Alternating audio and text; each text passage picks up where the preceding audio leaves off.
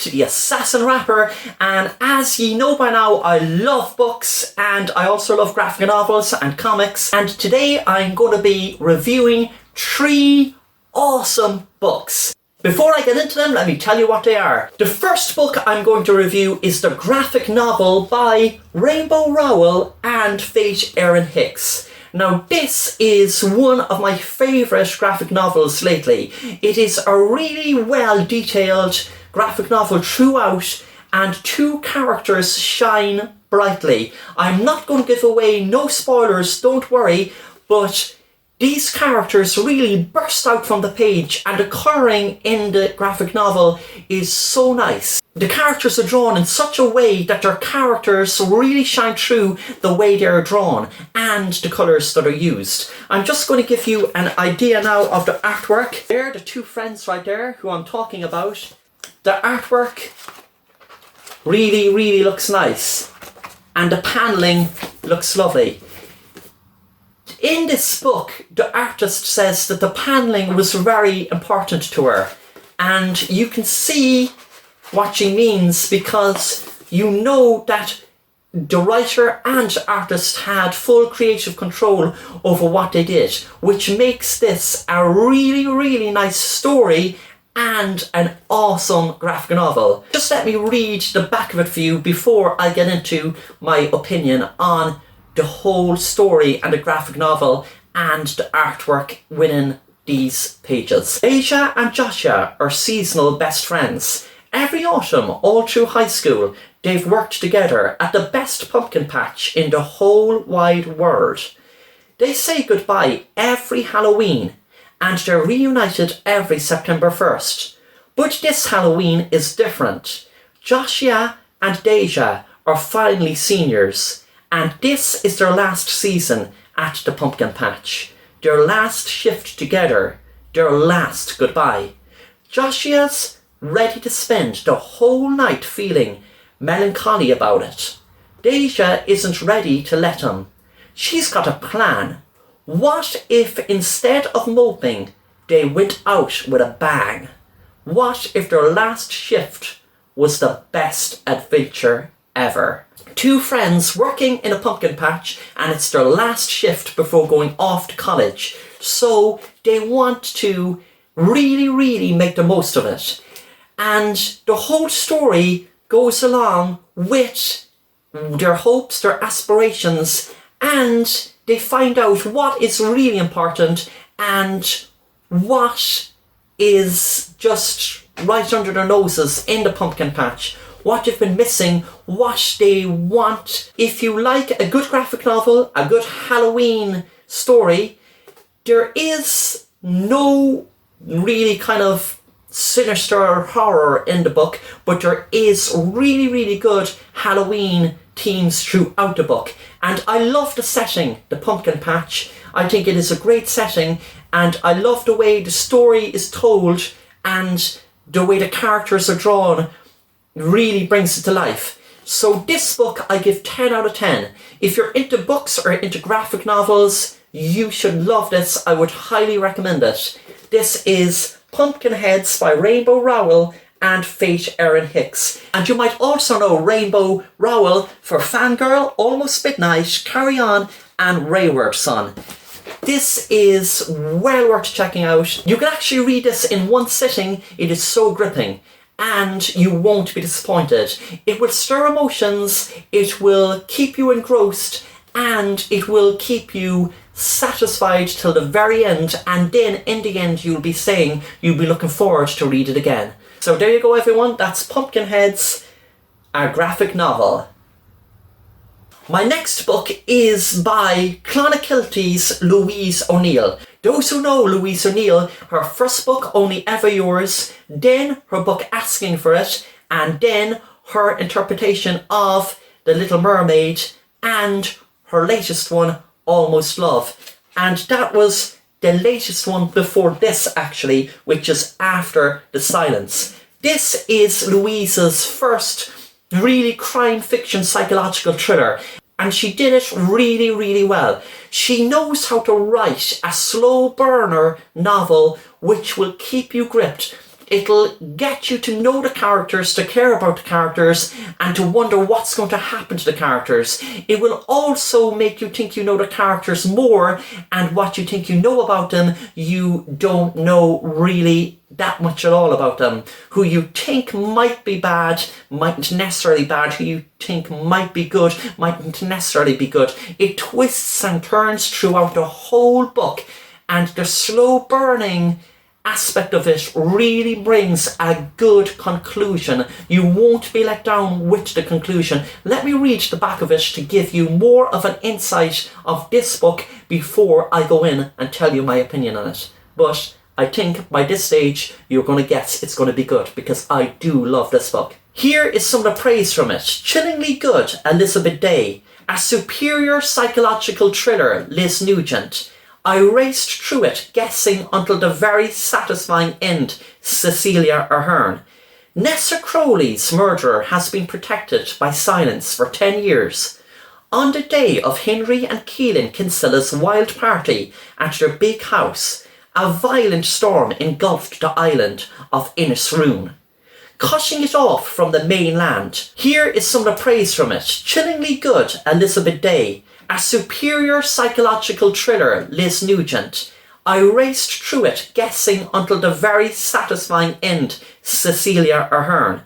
Nessa Crowley's murderer has been protected by silence for 10 years.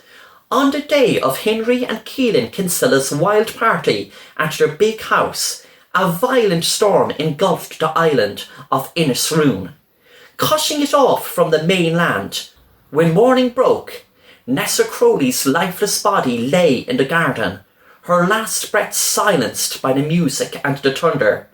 It was impossible to get off the island that night. The killer couldn't have escaped Innisroon. But no one was charged with the murder. The mystery that surrounded the death of Nessa remained hidden, but the islanders knew who to blame for the crime that changed them forever. 10 years later, a documentary crew arrives, determined to find evidence that will prove Henry's guilt and Keelan's complicity in the murder of beautiful Nessa. In this bold, brilliant, disturbing new novel, Louise O'Neill shows that deadly secrets are devastating to those who hold them close. The documentary crew arrive in this island, and some people get excited about it and want to take part in the documentary, but others don't, and you question what are the reasons for not getting involved. These sisters are like goddesses in the island. People look up to them and they think that they're amazing and they want to be like them. They are role models to every girl nearly in the community.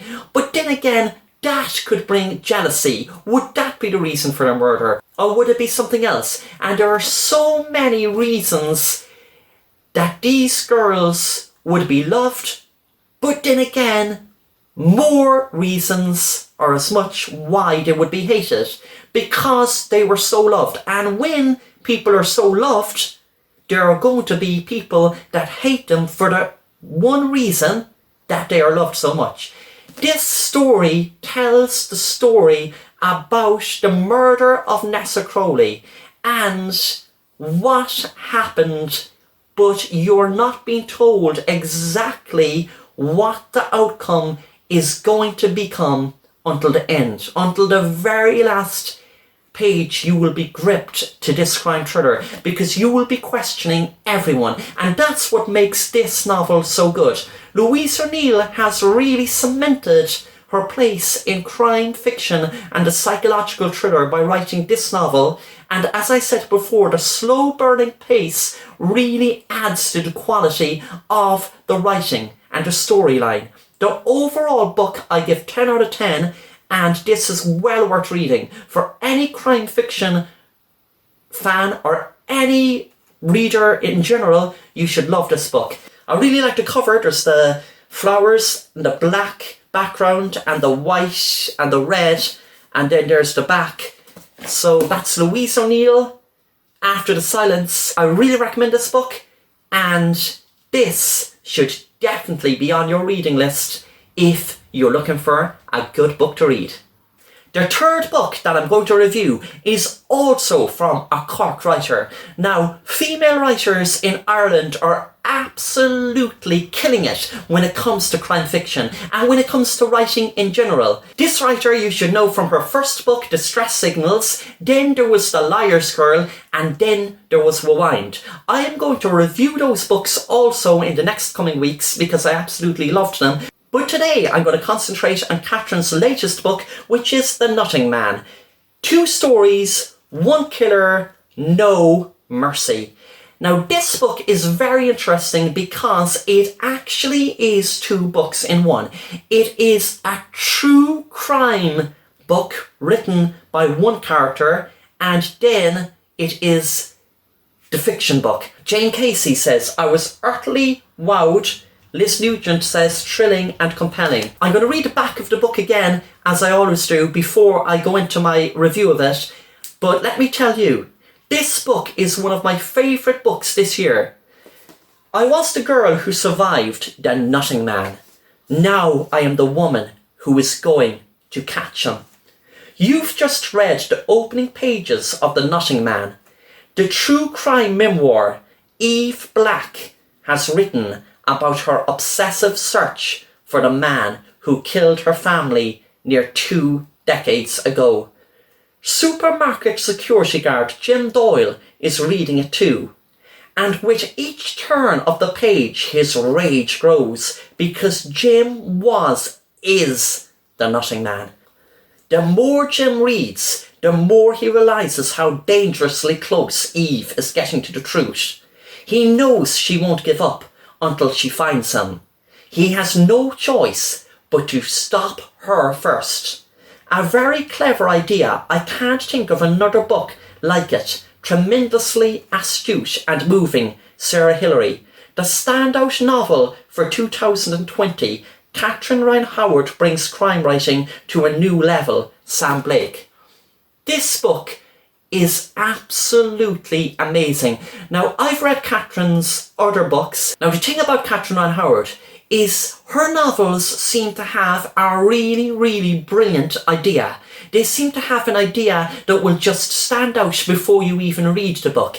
And the most important thing is the book lives up to the idea. When Jim Doyle, the Nutting Man, sees the true crime memoir from one of his victims who got away in his local supermarket, things go absolutely super interesting. And this actually features my own town in it, which is awesome. Also, it features my local hotel. When Catherine talks about going in to the local Waterstones, it is easy to imagine what it looks like because I shop in there regularly. And the funny thing about it is, when she starts writing about a certain place, before she even mentions the place, I know what the place is. So that makes it really interesting too. But even if you're not from Cork, of course you're going to find it interesting.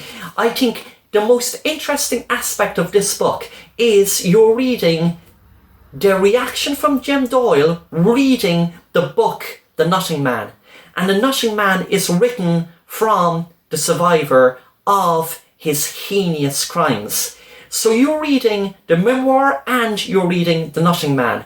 And this gives a great mix of the crimes, why they happened, how they happened, and the feelings of the murderer. The feelings of the murderer worrying, will he get caught after all these years getting away with it? You will wonder what actually happens in the end and why things happened, how they happened, how they will turn out. All these questions are asked and all these questions are answered. So this book I would highly recommend, and this is one of my favourite books of this year for the simple fact that there is not one part of the book where you would get tired and say you hope it gets exciting. Every single page is something that leads to something bigger and keeps you guessing what's going to happen next. This is definitely something that I would love to see get turned into a movie.